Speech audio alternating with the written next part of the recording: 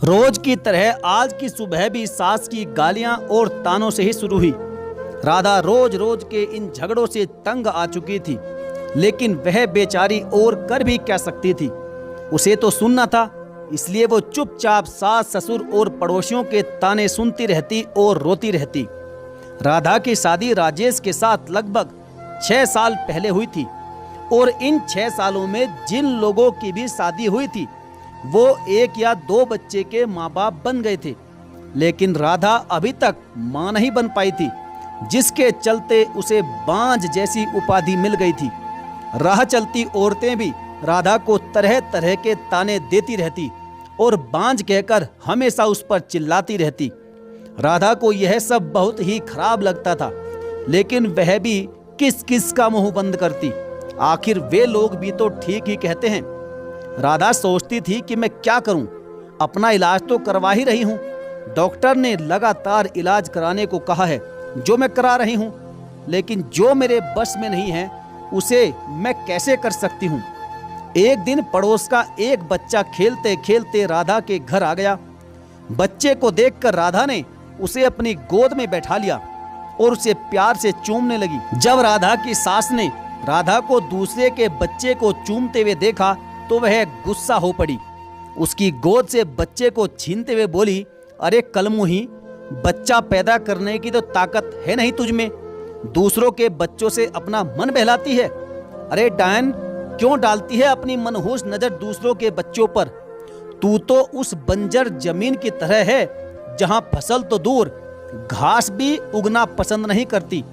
जब राधा से अपनी सास की बातें सुनी नहीं गई तो वह अपने कमरे में जाकर अंदर से दरवाजा बंद करके रोने लगी। रात को पति राजेश के घर आने पर राधा ने रोते हुए सारी बात उसे बता दी और बोली, मैं बड़ी अभागिन हूँ, मैं किसी की इच्छा पूरी नहीं कर सकती, ऊपर से मुझ पर बांझ होने का धब्बा भी लग चुका है। राधा की बातें सुनकर राजेश ने कहा, तुम माँ की बातों का बुरा मत मानो, उन्हें ऐसा नहीं कहना चाहिए। हर माँ बाप की इच्छा होती है कि उनके परिवार को आगे बढ़ाने वाला, उनका वंश चलाने वाला उनके रहते हुए आ जाए। तुमसे यह इच्छा पूरी नहीं होते देखकर वह तुमसे उल्टी सीधी बातें बोलती हैं। तुम चिंता मत करो, तुम्हारा इलाज चल रहा है ना, तुम जरूर माँ बनोगी। राधा बोली, मेरी एक सहेली थी, वह भी बहुत दिनों बाद माँ बनी थी। माँ बनने में देर होते देखकर जब उसने अपना इलाज करवाया तो जांच में कोई कमी उसमें नहीं पाई गई। कमी बल्कि उसके पति में थी। जब उसके पति ने इलाज कराया तभी वह मां बन सकी। हो सकता है कि उसी तरह की आप में भी कोई कमी हो, इसलिए मैं चाहती हूं कि आप भी एक बार अपना इलाज करा लेते। राधा की बात सुनकर राजेश भड़क उठा और बोला, मुझ में भला क्या कमी हो सकती है, मैं तो बिल्कुल ठीक हूं, मुझ में कोई कमी नहीं है। मेरी चिंता छोड़ो, तुम अपना अच्छी तरह से इलाज करवाओ। राधा बोली, मैं मानती हूं कि आप में कोई कमी नहीं है, लेकिन तसल्ली की खातिर ही कम से कम अपना इलाज तो करवा लो। राधा ने सलाह देने के ख्याल से ऐसा कहा, लेकिन राजेश ने उसकी बात को बीच में ही काट दिया और बोला, नहीं राधा, तसल्ली वगैरह कुछ नहीं, मैंने कहा ना कि मुझ में कोई कमी नहीं है। राजेश ने उसे डांट कर चुप करा दिया। पति के भड़के हुए मिजाज को देखकर राधा ने चुप रहना ही उचित समझा। शहर के बड़े से बड़े डॉक्टर से उसका इलाज हुआ, लेकिन फिर भी उसकी कोख सूनी ही रही। डॉक्टर ने जांच के दौरान उसमें कोई कमी नहीं पाई। डॉक्टर ने उसे समझाया कि देखो राधा, रिपोर्ट देखने के बाद तुम में कोई कमी नजर नहीं आती, शायद तुम्हारे पति में कोई कमी होगी, तुम एक बार उसे भी इलाज कराने की सलाह दो। अब राधा को पूरा भरोसा हो गया था कि उसमें कोई कमी नहीं है। मां बनने के लिए कमी उसके पति में ही है, लेकिन उसे कौन समझाए। उसे राजेश के गुस्से से भी डर लगता था। एक दिन किसी ने राधा की सास को बताया कि पास ही के गांव में एक मौलवी रहते हैं, जिसकी दुआ से हर किसी का दुख दूर हो जाता है। सास ने यह बात अपने बेटे राजेश को बताई और राधा को मौलवी बाबा के पास भेजने के लिए कहा। रात को राजेश ने राधा से कहा कि राधा, कल तुम वहां चले जाना, ठीक है? वह बोली, मैं चली जाऊंगी, लेकिन मैं आज डॉक्टर के पास गई थी। डॉक्टर ने मुझ में कोई कमी नहीं बताई, इसलिए मैं चाहती हूँ कि आप भी एक बार अपना टेस्ट करा लेते तो ठीक ही रहता। डरते डरते राधा कह रही थी, लेकिन राजेश ने उसकी बात को सिरे से अनसुना कर दिया और बोला, राधा मैं कहीं नहीं जाऊंगा, तुमसे बोला ना मैंने, और तुम कल मौलवी बाबा के पास चली जाना, ठीक है? ऐसा कहकर राजेश सो गया। राधा ने भी अपने माथे पर लगे बांझपन का धब्बा मिटाने के लिए बाबा के पास जाकर उनसे दुआ लेने की सोच ली। दूसरे दिन सवेरे सवेरे नहा धोकर वो मौलवी जी के पास पहुंच गई। वहां पर लगी भीड़ को देखकर उसे भरोसा हो गया कि वह भी बाबा की दुआ पाकर मां बन सकती है। वह बाबा के पैरों पर गिर पड़ी और कहने लगी कि बाबा मेरा दुख दूर कर दो, मैं 6 साल से बच्चे का मुंह देखने के लिए तड़प रही हूँ। बाबा ने कहा, उठो बेटी, निराश मत हो, तुम्हें औलाद का सुख जरूर मिलेगा, लेकिन इसके लिए तुम्हें माहवारी होने के बाद यहाँ 4 दिन तक लगातार रहकर इबादत करनी होगी। ठीक है बाबा, मैं जरूर आऊंगी। राधा खुशी से घर आ गई। घर आकर उसने सारी बातें अपने पति को बताई।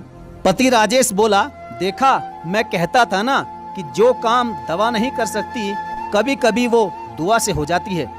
मौलवी जी की दुआ पाकर अब तुम जरूर मां बनोगी, ऐसा मुझे भरोसा है। तुम ठीक समय पर उनके पास चली जाना। राजेश ने खुश होते हुए कहा। राधा अब बेसब्री से माहवारी होने का इंतजार करने लगी। कुछ दिन बाद उसे माहवारी हो गई। माहवारी पूरी होने के बाद राधा फिर मौलवी बाबा के पास गई। उसे देखते ही बाबा ने कहा, बेटी जैसा कि मैंने तुम्हें पहले ही कहा था कि यहीं रहकर 4 दिनों तक लगातार तुम्हें इबादत करनी होगी, तभी जाकर तुम मां बन सकोगी। राधा ने कहा, जी बाबा मैं यहाँ रहने के लिए तैयार हूँ। तो ठीक है, अभी तुम अंदर चली जाओ, रात से तुम्हारे लिए दुआ करनी शुरू कर दूंगा। अपनी चाल को कामयाब होते देखकर बाबा मन ही मन खुश हुए। रात को मौलवी ने राधा से कहा, बेटी इस दुआ के दौरान कोई भी देवता खुश होकर तुम्हें औलाद दे सकता है, इसके लिए तुम्हें सब कुछ चुपचाप सहन करना होगा, नहीं तो तुम कभी नहीं मां बन पाओगी। जी बाबा मैं सब कुछ करने को तैयार हूं, बस मुझे औलाद हो जानी चाहिए। राधा के इतना कहने के बाद बाबा उसे एक कोठरी में ले गए जहां इबादत घर बना हुआ था। उसमें आग जल रही थी। मौलवी ने उसे वहीं पर बैठा दिया और वह भी बैठकर इबादत करने लगा। कुछ देर तक दुआ करने के बाद बाबा ने कहा, देखो राधा, खुदा के दूत मुझ में समा चुके हैं, वह तुम्हें औलाद का सुख देना चाहते हैं, इसलिए तुम चुपचाप अपने बदन के सारे कपड़े उतार दो और औलाद पाने के लिए मेरे पास आ जाओ, वे तुम्हें दुआ देना चाहते हैं। राधा ने यह सोचकर कि मौलवी बाबा में खुदा के दूत समा चुके हैं और वह जो भी करते हैं कभी भी गलत नहीं करते, इसलिए उसने अपने बदन के सारे कपड़े उतार दिए। फिर मौलवी उसके अंगों से खेलने लगा और उसे दुआ देने के नाम पर उसकी इज्जत पर डाका डाल दिया। 4 दिनों तक लगातार मौलवी ने इस इबादत के बहाने राधा से जिस्मानी संबंध बनाए। 5वें दिन मौलवी ने कहा, राधा हमारी दुआ कबूल हो गई, इबादत भी पूरी हो गई, अब तुम जरूर मां बनोगी, अब तुम अपने घर जा सकती हो। मौलवी बाबा की दुआ लेकर वह खुशी खुशी घर लौट आई। 9 महीने के बाद राधा मां बन गई। उसे मौलवी बाबा की दुआ लग गई थी। उसके माथे से बांझपन का धब्बा मिट चुका था। घर के सारे लोग बहुत खुश थे। राजेश को अब पूरा यकीन हो गया था कि उसमें भी बाप बनने की ताकत है, लेकिन हकीकत और सच्चाई से सभी लोग अनजान थे। वहीं राधा को जो चाहिए था उसे वो मिल गया था, भले ही वो उसे राजेश ने ना दिया हो, लेकिन मौलवी ने जरूर दे दिया। तो साथियों, आपको क्या लगता है, क्या राधा का ये तरीका ठीक था या मौलवी बाबा ने जो उसके साथ किया क्या ये गलत नहीं था? क्या भगवान या खुदा के नाम पर किसी मासूम को धोखा देना ये गलत नहीं है? क्या राजेश को राधा की बात समय पर मानकर अपना टेस्ट और इलाज नहीं करवा लेना चाहिए था? वैसे भी आजकल मेडिकल साइंस इतनी तरक्की कर चुका है कि कुछ भी असंभव नहीं है और औलाद का सुख पाने के बहुत से बेहतरीन तरीके मेडिकल साइंस के पास वर्तमान में उपलब्ध हैं। तो क्या राधा की बात मानकर राजेश को ऐसा नहीं करना चाहिए था? आपकी जो भी राय है आप कमेंट बॉक्स में जरूर लिखें।